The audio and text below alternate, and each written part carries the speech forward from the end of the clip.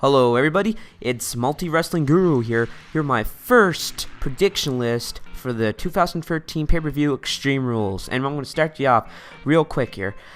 First things first, I'm recording this before Friday Night SmackDown, so the Friday night before the Extreme Rules pay-per-view, and I'm not sure there's gonna be another match added, so I'm just gonna get over like the main matches. I'm not gonna cover the pre-show match. This is the main matches.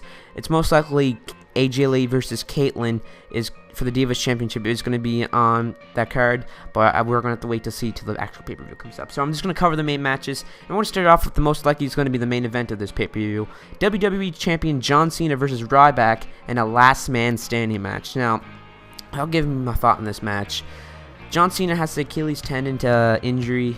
Ryback looks better than ever.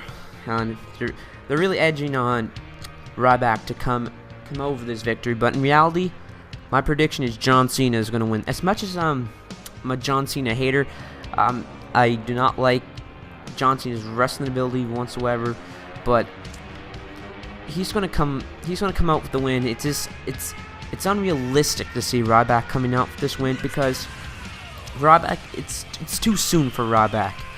I can't see him being a believable champion. If you guys know what I'm getting at, I can't see him being like a really great champion. They're gonna have to build him with some more. He's gonna need, see, the crowd. He's not believable. The crowd has to believe in him. Either if he's a good guy or a bad guy. In this case, he's a bad guy. But I really can't see him winning this match. With John Cena's injury, I can see them playing around with Ryback dominating almost the match, and then Super Cena comes up, gets some few offense in. Add to adjustment or STF somewhere in the arena because it's last man standing match. AA, or he does some spectacular move which makes Ryback come down the count of 10. So it's my guess on that one's gonna be John Cena, just because it's too soon for Ryback. Too soon. I can see him maybe at the end of the year winning the championship, or sometime around SummerSlam, Night of Champions, Hell in a Cell. Sometime around then, but then again, WWE is so unpredictable. It's just so hard. But all in all, my guess for the WWE Championship, John Cena versus Ryback in the last man standing match, is going to have to be John Cena. Moving on to the next match, Triple H versus Brock Lesnar in a steel cage match. Now, my opinion, this match is one of the matches I'm looking forward to in the card. Is that this is going to be a really physical match. You have Brock Lesnar with the UFC martial arts background. He lives and breathes cage fighting because he has that experience over Triple H, but of course the two are different cage fighting because this is wrestling and that's mixed martial arts, MMA, UFC, whatever you want to call it. But all in all, looking at this match, you have Triple H. Everyone knows he's the decorated champion, one of the best that we ever had in the business of WWE. And then you have Brock Lesnar, the Beast. No one can stop him. He's younger than Triple H, more hungrier than Triple H. You know, he got that fire. And I don't know, I really see Brock Lesnar coming off the win, because they're building Brock Lesnar towards being this beast and him wrecking Triple H's office. I can really see Brock Lesnar pulling off the victory in this match, because they're edging the announcers and everyone building up to this match are saying, oh, he got the cage background. He knows the cage better than Triple H knows the cage. You can see Paul Heyman saying that kind of stuff. But I'll know Triple H is going to put up some offense, but Brock Lesnar is going to dominate. I'm not going to say he's dominating the most match. I'm going to say it's an even match, but Brock Lesnar is going to get the victory over there. But then again, as always, the WWE is predictable, but this is the most realistic thing I can think of Brock Lesnar winning. So yeah, Brock Lesnar is going to win. I don't know if it's going to be some interview with Paul Heyman or someone else running in, but all in all, Brock Lesnar is going to get that victory because of experience and because he has that. He has a couple years. He has a couple years behind Triple H. Like, Triple H is older, Brock Lesnar younger, so you have to see some of that fire from Brock Lesnar heading into that match. So that's one of the matches I'm looking forward to. So yeah, Triple H versus Brock Lesnar in a steel cage match. The victory is going to be Brock Lesnar. Brock Lesnar is going to win that match. Moving on to our next match, Alberto Del Rio versus Jack Swagger in an I Quit match. Now, this is for the #1 contendership for the World Heavyweight Championship. Originally, it was supposed to be Dolph Ziggler versus Alberto Del Rio versus Jack Swagger in a ladder match for the World Heavyweight Championship. But since last Friday on SmackDown, 2 weeks ago, 2 weeks before, 2 weeks before Extreme Rules, while there's a conflict between Dolph Ziggler, Alberto Del Rio, and Jack Swagger, actually when Dolph Ziggler was going to go grab the ladder in the center of the ring, Jack Swagger kicks Dolph Ziggler square in the head. I mean, that was a heavy kick. You could see the force and the whiplash. Oh, and so that made Dolph Ziggler have a concussion, forcing him not to compete in this match. So I personally thought Dolph Ziggler was going to be in this match because I'm looking at all these wrestling sites, and I personally thought Dolph Ziggler was going to have the come back for this match, but apparently not. So we have this awesome match. I was surprised. I thought they were going to make it like just a normal match, maybe add a twist tables match, but I was not expecting an I Quit match. I mean, the I Quit matches are usually for the main events, and we're having them around like the third last match. That's pretty big.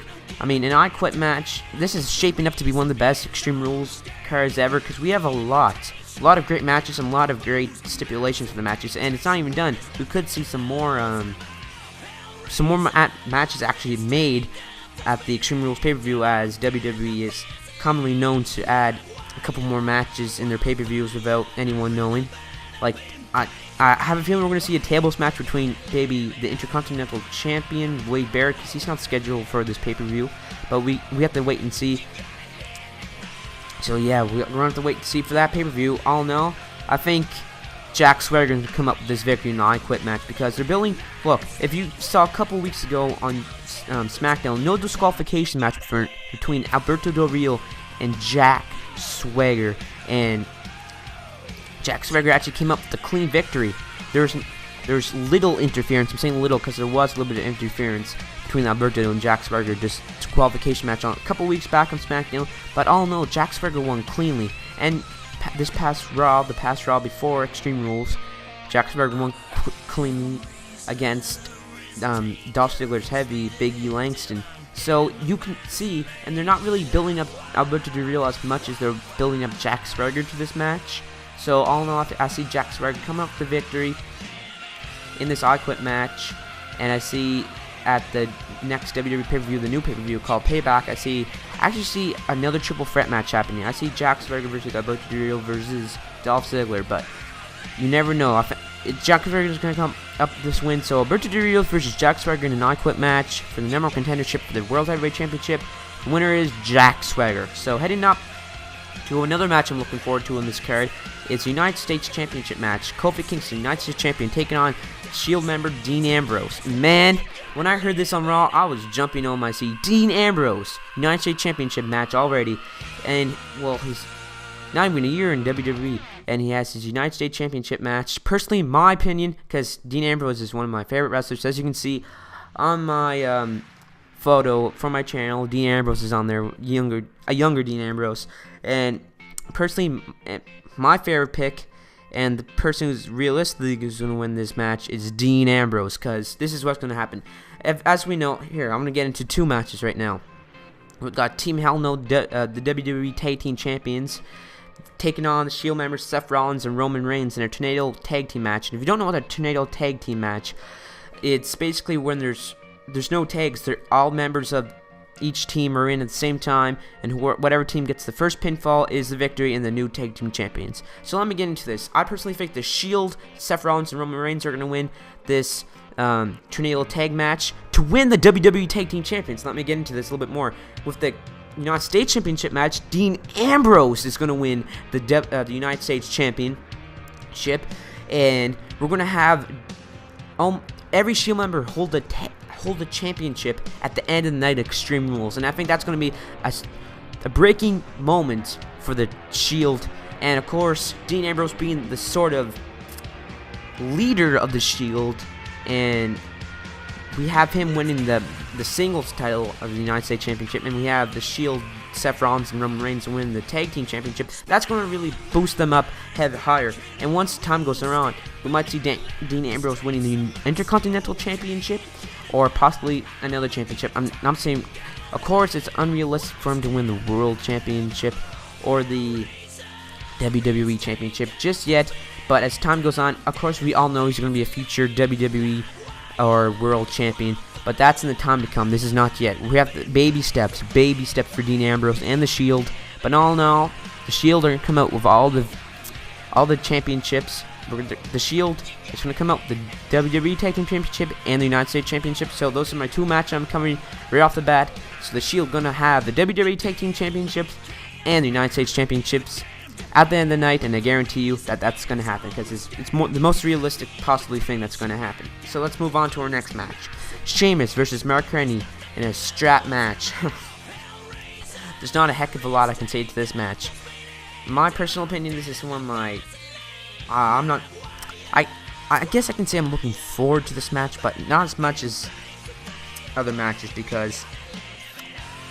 Strap match... I mean, they're building it up good with Mark Rndy setting a world record, quote-unquote world record, lifting actually pulling 2 transfer trucks on SmackDown a couple weeks ago. And then we had Sheamus. Well, Sheamus not doing a heck of a lot lately, so, oh god, this match is the strap match. Sheamus versus Mark Rndy strap match. I personally see Sheamus coming out with the victory. Yes, I see Sheamus.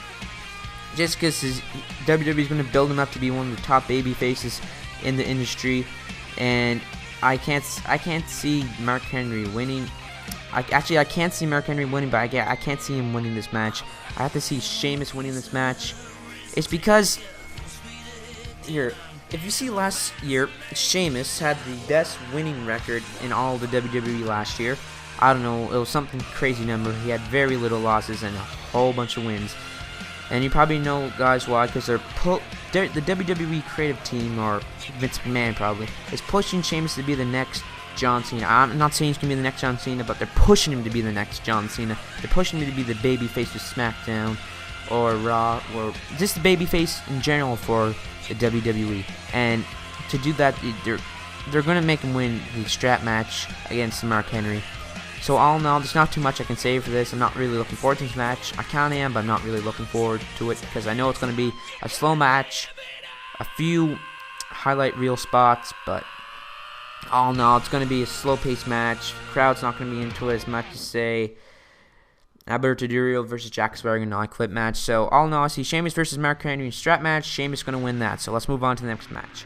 A match I'm actually pretty looking forward to, surprisingly. Randy Orton versus Big Show, an Extreme Rules match. Now, I didn't think that was going to be the stipulation for this match. I thought this was going to be like Falls Count Anywhere or something like that, along that line. Actually, Extreme Rules match. Now, last year we actually never seen an Extreme Rules match on the Extreme Rules pay-per-view, which kind of didn't make any sense. But this year they're bringing it back, the Extreme Rules match against Randy Orton and Big Show. Personally, I see Randy Orton coming out with the victory, just because he's on a roll now with the victories in the WWE Raw, SmackDown combined. He has the victories. Big Show. I mean, Big Show used to be, you know, when he was one of the top heels around, I don't know, what was it, November, December. He had the World Heavyweight Championship, and yeah, he was big back then, but I don't know, he's kind of faded off. He's like mid card now, you know, but. Man, I want Randy Orton to turn heel so bad. It's not even funny. Randy Orton needs to turn heel. This summer, if Randy Orton does not turn heel, I'm going to be one very unhappy WWE fan. I say WWE fan because WWE Universe, I can't get, geez, that's a horrible. Well, I just stick to fans, so I'm just going to say WWE fan. Yeah, so I'm going to be really mad WWE fan if Randy Orton does not turn heel. And the guy wants to turn heel. He wants to turn heel because that's how I know he's a good babyface and all, but he wants to turn heel. So, Randy Orton versus Big Show in Extreme Rules match. Randy Orton's going to come out with that victory. I'm a Randy Orton fan, but I'm only a Randy Orton fan when he's heel. Hint, hint, I want him to become heel, as we all want him to become heel. So, our last match, possibly the opener for the Extreme Rules pay-per-view, currently does not have a stipulation, probably not going to have a stipulation. Chris Jericho versus Fandango. I think Fandango's going to come up with the win. Just if you guys like that prediction list, be sure to check out my two other videos. Yeah, that's a lot of videos, right? No, I'll be uploading Titantrons, Fiends of WWE and TNA Superstars, or whoever you like me to upload. Just comment down below one of my videos, and I'll sure to see them, and I'll sure to make a video. So yeah, I will be having more of these. I'll also be having reviews of Raw and SmackDown whenever I can. The odd one or two, and of course, every pay-per-view I will be doing a prediction list. I will not be doing a review because everyone's going to be seeing it anyways. I'll only be doing the predictions, and I'll probably make a video a little bit after saying if I was right or wrong, and what my score out of how many matches there was, and how many I got right. This one, I personally think I would say I got at least a 7 out of 10, or how many matches there is. There's 1, 2, 3, 4, 5, 6, 7, 8. Out of the 8 matches, I think I got a 6.